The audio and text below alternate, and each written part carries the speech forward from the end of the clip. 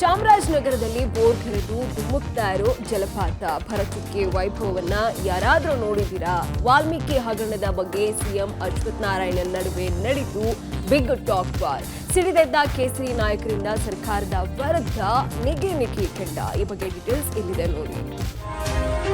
ಕಾವೇರಿ ಕೊಳ್ಳ ಪ್ರದೇಶದಲ್ಲಿ ಮಳೆರಾಯ ಅಬ್ಬರಿಸಿ ಬೊಬ್ಬಿರಿದ ಪರಿಣಾಮ ಕಾವೇರಿ ಕೊಳ್ಳದ ನದಿಗಳು ಜೀವಕಳೆ ಪಡೆದಿದೆ. ಕಾವೇರಿ ಉಕ್ಕಿ ಹರಿದ ಪರಿಣಾಮ ಚಾಮರಾಜನಗರದಲ್ಲಿ ಜಲಪಾತಗಳು ಹಾಲ್ನೊರೆಯಂತೆ ಧುಮ್ಮಿಕ್ಕಿ ಹರಿತಾ ಇದೆ. ಚಾಮರಾಜನಗರದ ಭರಚುಕ್ಕಿ ಜಲಪಾತ ಭೋರ್ಗರೆದು ಧುಮ್ಮಿಕ್ಕುತ್ತಿದ್ದು ಪ್ರವಾಸಿಗರ ಕೈಬೀಸಿ ಕರಿತಾ ಇದೆ. ಭರಚುಕ್ಕಿಯ ವೈಭವ ಎಲ್ಲರ ಚಿತ್ತಾಕರ್ಷಿಸುತ್ತಿದ್ದು ಸ್ವರ್ಗವೇ ಧರೆಗಿಳಿದಂತೆ ಕಂಗೊಳಿಸುತ್ತಿದೆ.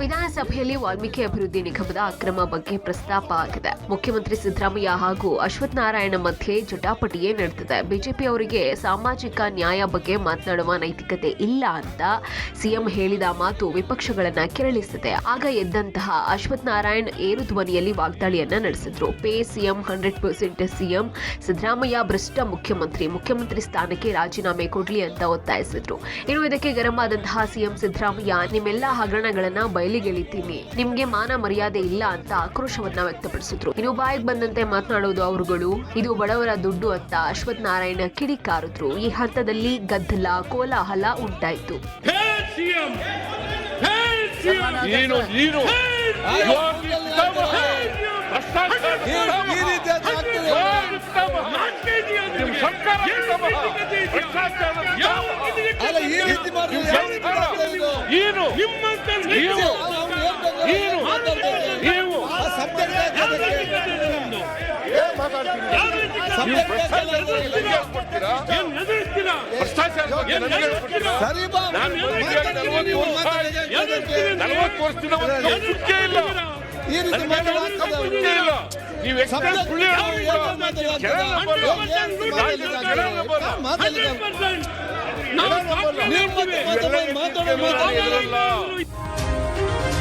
ಮುಡಾ ಹಾಗೂ ವಾಲ್ಮೀಕಿ ನಿಗಮದಲ್ಲಿನ ಅಕ್ರಮದ ವಿರುದ್ಧ ಬಿಜೆಪಿ ಹೋರಾಟ ತೀವ್ರಗೊಂಡಿದೆ. ಇವತ್ತು ಬೆಂಗಳೂರಿನ ಫ್ರೀಡಂ ಪಾರ್ಕ್ ಬಳಿ ಪ್ರತಿಭಟನೆ ನಡೆಸಿದಂತಹ ಬಿಜೆಪಿ ಕಾರ್ಯಕರ್ತರು ವಿಧಾನಸೌಧ ಮುತ್ತಿಗೆಗೆ ಮುಂದಾದ್ರು. ಈ ವೇಳೆ ಪೊಲೀಸರು ಹಾಗೂ ಪ್ರತಿಭಟನಾಕಾರರ ಮಧ್ಯೆ ನುಗ್ಗಾಟ ಉಂಟಾಯಿತು. ಒಂದು ಹಂತದಲ್ಲಿ ಬ್ಯಾರಿಕೇಡ್ ತಳ್ಳಿ ಪ್ರತಿಭಟನಾಕಾರರು ವಿಧಾನಸೌಧ ಕಡೆಗೆ ತೆರಳುವುದಕ್ಕೆ ಯತ್ನಿಸಿದ್ರು. ಈ ವೇಳೆ ಪೊಲೀಸರು ಬಂಧನಕ್ಕೆ ಮುಂದಾಗಿದ್ದರಿಂದ ಹೈಡ್ರಾಮವೇ ನಡೆಯಿತು. ಪ್ರತಿಭಟನಾಕಾರರು ಬಿಎಂಟಿಸಿ ಬಸ್ ಹತ್ತಿ ಅಲ್ಲೂ ಪ್ರತಿಭಟನೆಯನ್ನ ನಡೆಸಿದ್ರು. ಇನ್ನು ಬಿಜೆಪಿ ರಾಜ್ಯಾಧ್ಯಕ್ಷ ವಿಜಯೇಂದ್ರ ಅವರನ್ನ ಪೊಲೀಸರು ವಶಕ್ಕೆ ಪಡ್ಕೊಂಡ್ರು. ಇದೇ ವೇಳೆ ಮಾತನಾಡಿದಂತಹ ಬಿಜೆಪಿ ರಾಜ್ಯಾಧ್ಯಕ್ಷ ವಿಜಯೇಂದ್ರ 14 ತಿಂಗಳಲ್ಲಿ ಸರ್ಕಾರದ ಬಂಡವಾಳ ಬಹಿರಂಗ ಆಗಿದೆ. ಪರಿಶಿಷ್ಟ ಜಾತಿ ಪಂಗಡಗಳಿಗೆ ಸಿದ್ದರಾಮಯ್ಯ ವಿಶ್ವಾಸ ದ್ರೋಹ ಮಾಡಿದ್ದಾರೆ. ದಲಿತರಿಗೆ ಅನ್ಯಾಯ ಮಾಡಿದವರನ್ನ ದೇವರು ಮೆಚ್ಚುವುದಿಲ್ಲ ಅಂತ ಆಕ್ರೋಶ ವ್ಯಕ್ತಪಡಿಸಿದ್ರು. ಮಾನ್ಯ ಮುಖ್ಯಮಂತ್ರಿ ಸಿದ್ದರಾಮಯ್ಯನವರೇ, ನಿಮ್ಮ ಪಾಪದ ಕೊಡ ಇವತ್ತು ತುಂಬಿದೆ. ಕಾಂಗ್ರೆಸ್ ಪಕ್ಷದ ಸರ್ಕಾರದ ಪಾಪದ ಕೊಡ ತುಂಬಿದೆ. ಈ ರಾಜ್ಯದ ಮುಖ್ಯಮಂತ್ರಿಗಳ ಸಮೇತ ಇವತ್ತು ರಾಜೀನಾಮೆ ಕೊಡ್ತಕ್ಕಂತ ಸಂದರ್ಭ ಇವತ್ತು ಆಗ್ಲೇ ಒದಗಿ ಬಂದಿದೆ. ಇವತ್ತು ಪರಿಶಿಷ್ಟ ಜಾತಿ ಪರಿಶಿಷ್ಟ ಪಂಗಡಕ್ಕೆ ಅನ್ಯಾಯ ಮಾಡಿರ್ತಕ್ಕಂಥ ಕೆಲಸ ಇವತ್ತೇನ್ ಮಾಡಿದ್ದೀರಿ? ಯಾವ ದೇವರು ಕೂಡ ನಿಮಗೆ ಮೆಚ್ಚೋದಿಲ್ಲ. ಯಾವತ್ತು ನೀವು ದಲಿತರ ಇವತ್ತು ಪರಿಶಿಷ್ಟ ಜಾತಿ ಪರಿಶಿಷ್ಟ ಪಂಗಡಗಳ ಅವರ ಹಣಕ್ಕೆ ಕನ್ನ ಹಾಕಿದ್ರಿ, ಲೂಟಿ ಮಾಡಿದ್ರಿ, ಅವತ್ತೇ ನೀವು ಮುಖ್ಯಮಂತ್ರಿ ಸ್ಥಾನಕ್ಕೆ ರಾಜೀನಾಮೆ ಕೊಡಬೇಕಾಗಿತ್ತು. ಹಾಗಾಗಿ ಸಿದ್ದರಾಮಯ್ಯನವರು, ಡಿಕೆ ಶಿವಕುಮಾರ್ ಸಚಿವರು ಯಾವತ್ತು ಸರ್ಕಾರ ಬೀಳುತ್ತೋ ಗೊತ್ತಿಲ್ಲ, ನಿದ್ರೆ ಬರ್ತಾ ಇಲ್ಲ. ವಿಧಾನಮಂಡಲ ಅಧಿವೇಶನದಲ್ಲಿ ಹಗರಣಗಳಂತೆ ಸದ್ದು ಗದ್ದಲ. ಒಂದ್ ಕಡೆ ಸದನದಲ್ಲಿ ಸರ್ಕಾರ ಹಾಗೂ ವಿಪಕ್ಷಗಳ ನಡುವೆ ವಾಕ್ ಪ್ರಹಾರ ನಡೀತಾ ಇದ್ರೆ, ಇತ್ತ ಸಚಿವರು ಸುದ್ದಿಗೋಷ್ಠಿಯನ್ನ ನಡೆಸಿ ವಿಪಕ್ಷಗಳ ಆರೋಪಕ್ಕೆ ತಿರುಗೇಟನ್ನ ಕೊಟ್ಟಿದ್ದಾರೆ. ಬಿಜೆಪಿಗೆ ಮೊದಲಿನಿಂದಾನೂ ವಾಮಮಾರ್ಗ ಬಳಸಿ ವಿರೋಧ ಪಕ್ಷಗಳ ಸರ್ಕಾರವನ್ನ ಕೆಡವಿ ಸರ್ಕಾರ ರಚನೆ ಮಾಡಿರೋ ಅಭ್ಯಾಸ ಇದೆ. ಇಡಿ, ಐಟಿ, ಸಿಬಿಐಯನ್ನ ಸರ್ಜಿಕಲ್ ಸ್ಟ್ರೈಕ್ ರೀತಿ ಬಳಸ್ಕೊಳ್ತಾ ಇದ್ದಾರೆ ಅಂತ ಸಚಿವ ಕೃಷ್ಣ ಬೈರೇಗೌಡ ಆಕ್ರೋಶವನ್ನ ವ್ಯಕ್ತಪಡಿಸಿದ್ರೆ, ಇತ್ತ ಕಾಂಗ್ರೆಸ್ ನಾಯಕರನ್ನ ಫಿಕ್ಸ್ ಮಾಡುವುದು ಇಡಿ ಉದ್ದೇಶ ಅಂತ ಗುಂಡೂರಾವ್ ಆಕ್ಷೇಪವನ್ನ ವ್ಯಕ್ತಪಡಿಸಿದ್ರು. ಇನ್ನು ಪ್ರಿಯಾಂಕ್ ಖರ್ಗೆ ಮಾತನಾಡಿ, ವಾಲ್ಮೀಕಿ ಪ್ರಕರಣ ಇಡಿ ತನಿಖೆಯಲ್ಲಿ ವ್ಯವಸ್ಥಿತ ಸಂಚು ನಡೆಸಿದೆ. ಸಿಎಂ ಹೆಸರೇಳಿ, ಡಿಸಿಎಂ ಹೆಸರೇಳಿ ಅಂತ ಒತ್ತಡ ಹಾಕಲಾಗ್ತಾ ಇದೆ ಅಂತ ಗಂಭೀರ ಆರೋಪವನ್ನ ಮಾಡಿದ್ರು. ದುರ್ಬಲವಾಗಿರುವಂತಹ ಬಿಜೆಪಿ ಮೊದಲಿನಿಂದಲೂ ಸಹ ವಾಮ ಮಾರ್ಗಗಳನ್ನ ಬಳಸಿ ಇಡಿ, ಐಟಿ, ಸಿಬಿಐಯನ್ನ ಸರ್ಜಿಕಲ್ ಸ್ಟ್ರೈಕ್ ತರ ಅವರು ವಿರೋಧ ಪಕ್ಷಗಳ ಮೇಲೆ ದಾಳಿಯನ್ನ ಮಾಡ್ತಾ ಬಂದಿದ್ದಾರೆ. ಖಾಸಗಿ ಕಂಪನಿಗಳಲ್ಲಿ ಕೈಗಾರಿಕೆಗಳಲ್ಲಿ ಕನ್ನಡಿಗರಿಗೆ ಕಡ್ಡಾಯ ಉದ್ಯೋಗ ನೀಡುವ ಬಿಲ್ ವಾಪಸ್ ಪಡೆದ ವಿಚಾರ ರಾಜ್ಯದಲ್ಲಿ ಸಾಕಷ್ಟು ಚರ್ಚೆ ಗ್ರಾಸವಾಗಿದೆ. ಈ ಬಗ್ಗೆ ಗೃಹ ಸಚಿವ ಡಾಕ್ಟರ್ ಜಿ ಪರಮೇಶ್ವರ್ ಮಾತನಾಡಿ, ಕಡ್ಡಾಯ ಉದ್ಯೋಗ ಮೀಸಲಾತಿ ಬಿಲ್ ಮಂಡನೆಗೆ ರೆಡಿಯಾಗಿತ್ತು, ಮತ್ತೆ ಕೆಲವರ ಅಭಿಪ್ರಾಯ ಪಡಿಬೇಕು ಅಂತ ಸದ್ಯಕ್ಕೆ ವಾಪಸ್ ಪಡ್ಕೊಳ್ಳಲಾಗಿದೆ ಅಂತ ತಿಳಿಸಿದ್ರು. ಇತ್ತ ಬಿಜೆಪಿ ರಾಜ್ಯಾಧ್ಯಕ್ಷ ವಿಜಯೇಂದ್ರ ಮಾತನಾಡಿ, ಸಿಎಂ ವಿಚಾರ ಡೈವರ್ಟ್ ಮಾಡುವ ಸಲುವಾಗಿ ಕ್ಯಾಬಿನೆಟ್ ಸಚಿವರ ಜೊತೆ ಚರ್ಚೆ ಮಾಡದೆ ತರಾತುರಿಯಲ್ಲಿ ತಂದಿದ್ದಾರೆ ಅಂತ ಅನಿಸ್ತಾ ಇದೆ. ಎಲ್ಲರನ್ನ ವಿಶ್ವಾಸಕ್ಕೆ ತೆಗೆದುಕೊಂಡು ಕನ್ನಡಿಗರ ಪರ ಸೂಕ್ತ ನಿರ್ಧಾರ ಮಾಡಬೇಕು ಅಂತ ಆಗ್ರಹಿಸಿದ್ರು.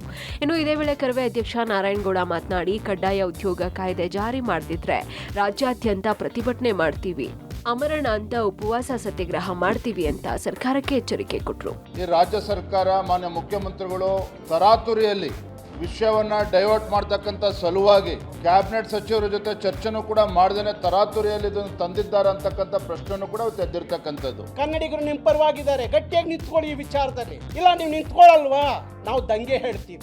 ಇಡೀ ರಾಜ್ಯದಲ್ಲಿ ಕನ್ನಡಿಗರು, ಕನ್ನಡದ ಯುವಕರು ಕರ್ನಾಟಕ ರಕ್ಷಣಾ ವೇದಿಕೆ ಮುಖಾಂತರ ಇಡೀ ರಾಜ್ಯದಲ್ಲಿ ದಂಗೆ ಹೇಳ್ತೀವಿ. ಚಿತ್ರದುರ್ಗದ ರೇಣುಕಾಸ್ವಾಮಿ ಹತ್ಯೆ ಕೇಸ್ನಲ್ಲಿ ಜೈಲಿನಲ್ಲಿರುವಂತಹ ದರ್ಶನ್ ಅಂಡ್ ಗ್ಯಾಂಗ್ ಮತ್ತೆ 14 ದಿನಗಳ ಕಾಲ ನ್ಯಾಯಾಂಗ ಬಂಧನ ವಿಧಿಸಲಾಗಿದೆ. ಇಂದಿಗೆ ಕೋರ್ಟ್ ಕಸ್ಟಡಿ ಅಂತ್ಯ ಹಿನ್ನೆಲೆಯಲ್ಲಿ ದರ್ಶನ್ ಅಂಡ್ ಗ್ಯಾಂಗ್ನನ್ನ ಜಡ್ಜ್ ಮುಂದೆ ಹಾಜರುಪಡಿಸಲಾಗಿತ್ತು. ಇನ್ನು ವಿಡಿಯೋ ಕಾನ್ಫರೆನ್ಸ್ ಮೂಲಕ ವಿಚಾರಣೆ ನಡೆಸಿದಂತಹ ಕೋರ್ಟ್ ದರ್ಶನ್ ಅಂಡ್ ಗ್ಯಾಂಗ್ಗೆ ಆಗಸ್ಟ್ 1 ತನಕ ಮತ್ತೆ ನ್ಯಾಯಾಂಗ ಬಂಧನ ವಿಸ್ತರಿಸಲಾಗಿದೆ. ಇತ್ತ ಜೈಲು ಊಟ ಒಗ್ಗದ ಕಾರಣ ಮನೆಯೂಟಕ್ಕೆ ದರ್ಶನ್ ಮನವಿ ಸಲ್ಲಿಸಿದ್ರು. ಈ ಬಗ್ಗೆ ಆಕ್ಷೇಪ ವ್ಯಕ್ತಪಡಿಸಿದಂತಹ ವಕೀಲ ಪ್ರಸನ್ನ ಕುಮಾರ್, ದರ್ಶನ್ ಜೈಲಿಗೆ ಹೋದಾಗ ಯಾವುದೇ ಆರೋಗ್ಯ ಸಮಸ್ಯೆ ಇರಲಿಲ್ಲ, ದರ್ಶನ್ಗೆ ಆರೋಗ್ಯ ಸಮಸ್ಯೆದ ಬಗ್ಗೆ ಜೈಲಾಧಿಕಾರಿಗಳು ವರದಿಯನ್ನ ಕೊಟ್ಟಿಲ್ಲ, ಹೀಗಾಗಿ ಈ ಅರ್ಜಿ ಊರ್ಜಿತ ಅಲ್ಲ ಅಂತ ಪೊಲೀಸರ ಪರ ವಾದ ಮಂಡಿಸಿದ್ರು. ಇದೇ ವೇಳೆ ವಾದ ಪ್ರತಿವಾದವನ್ನು ಆಲಿಸಿದಂತಹ ನ್ಯಾಯಾಧೀಶರು ನಾಳೆ ಮಧ್ಯಾಹ್ನ 2:30ಕ್ಕೆ ವಿಚಾರಣೆಯನ್ನ ಮುಂದೂಡಿ ಆದೇಶ ನೀಡಿದ್ರು. ಇನ್ನು ದರ್ಶನ್ ಭೇಟಿಗಾಗಿ ನಟ ಶ್ರೀಕಿ, ಸುಹಾಸ್, ಲಕ್ಷ್ಮೀನಾರಾಯಣ ಪರಪ್ಪನ ಅಗ್ರಹಾರದ ಜೈಲಿಗೆ ಬಂದಿದ್ರು.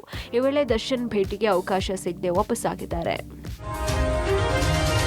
ಪಂಚೆ ಧರಿಸಿ ಮಾಲ್ಗೆ ಹೋದ ರೈತನಿಗೆ ಜಿಟಿ ಮಾಲ್ನಲ್ಲಿ ಅಪಮಾನವಾದಂತಹ ಪ್ರಕರಣ ವಿಧಾನಸಭೆಯಲ್ಲಿ ಪ್ರಸ್ತಾಪ ಆಗಿದೆ. ಪಂಚೆ ಉಟ್ಟ ರೈತನಿಗೆ ಮಾಲ್ನಲ್ಲಿ ಬಿಡದೆ ಅಪಮಾನ ಮಾಡಿದ್ದಕ್ಕೆ ಸ್ಪೀಕರ್ ಯುಟಿ ಖಾದರ್ ತೀವ್ರ ಅಸಮಾಧಾನವನ್ನ ವ್ಯಕ್ತಪಡಿಸಿದ್ದಾರೆ. ಅವನು ಎಷ್ಟೇ ದೊಡ್ಡವನಿರಲಿ ಅವನ ವಿರುದ್ಧ ಕ್ರಮ ಕೈಗೊಳ್ಳಲೇಬೇಕು. ಪಂಚೆ ನಮ್ಮ ಸಂಸ್ಕೃತಿ, ಎಲ್ಲಾ ಮಾಲ್ಗಳಿಗೂ ಒಂದೇ ರೂಲ್ಸ್ ಅಂತ ಸ್ಪೀಕರ್ ಹೇಳಿದ್ರು. ಇನ್ನು ಸರ್ಕಾರ ಒಂದು ಆದೇಶವನ್ನ ಹೊರಡಿಸಲಿ, ಜಿಟಿ ಮಾಲ್ಗೆ 1 ವಾರಗಳ ಕಾಲ ಪವರ್ ಕಟ್ ಆಗ್ಲಿ ಅಂತ ಶಾಸಕ ಲಕ್ಷ್ಮಣ ಸವದಿ ಸಲಹೆ ಕೊಟ್ಟರು.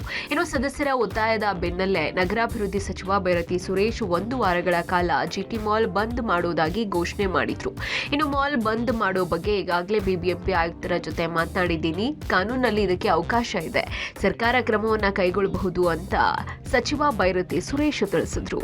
ಈ ನೆಲೆಯಲ್ಲಿ ಮಾಲ್ನ ಕ್ಲೋಸ್ ಮಾಡಿದ್ರೆ ಅವಮಾನ ಆಗುತ್ತೆ ಅಥವಾ ಮಾಲ್ನ ಒಳಭಾಗದಲ್ಲಿ ಕಷ್ಟ ಆಗುತ್ತೆ. ಬಿಬಿಎಂಪಿ ನೋಟಿಸ್ ಕೊಟ್ಟು ಮಾಲ್ನ ಮುಚ್ಚೋ ಬದಲು ತಾವೇ ಸ್ವಪ್ರೇರಣೆಯಿಂದ ಮಾಲ್ನ ಕ್ಲೋಸ್ ಮಾಡುವಂತಹ ನಿರ್ಧಾರಕ್ಕೆ ಮಾಲ್ನ ಮಾಲೀಕರು ಬಂದಿದ್ದಾರೆ. ಈಗಾಗಲೇ ಮಾಲ್ ಒಳಭಾಗದಲ್ಲಿರುವಂಥ ದೃಶ್ಯಗಳನ್ನ ನೋಡ್ತಿದ್ದೀರಾ. ಮಳಿಗೆಗಳನ್ನ ಕ್ಲೋಸ್ ಮಾಡಿಕೊಂಡು ತೆರಳಿ ಅಂತ. ಸಂಜೆ 4 ಗಂಟೆವರೆಗೂ ಮಾಲ್ ಎಂದಿನಂತೆ ತೆರೆದಿತ್ತು, ಗ್ರಾಹಕರು ಬರ್ತಿದ್ರು. ಬಟ್ ಘಟನೆ ಆದ ನಂತರದಲ್ಲಿ ಗ್ರಾಹಕರ ಸಂಖ್ಯೆ ತೀರಾ ಕಡಿಮೆ ಆಗಿತ್ತು. ಆದರೆ ಯಾವಾಗ ಬಿಬಿಎಂಪಿ ಕಮಿಷನರ್ ಕೂಡ ಸಂಜೆ ಒಳಗೆ ನಾವು ನೋಟಿಸ್ ಕೊಡ್ತೀವಿ, ನೋಟಿಸ್ ಕೊಟ್ಟು ಮಾಲನ್ನು ಕ್ಲೋಸ್ ಮಾಡ್ತೀವಿ ಅಂತ ಏನು ಹೇಳಿಕೆ ನೀಡಿದ್ರು, ಆ ಹಿನ್ನೆಲೆಯಲ್ಲಿ ಯಾವುದೇ ರೀತಿಯ ಅಹಿತಕರ ಘಟನೆಗಳು ಆಗಬಾರ್ದು ಅನ್ನೋ ಕಾರಣಕ್ಕೆ ಮಾಲನ್ನು ಕ್ಲೋಸ್ ಮಾಡುವಂಥ ನಿರ್ಧಾರ ಕೈಗೊಂಡಿದ್ದಾರೆ.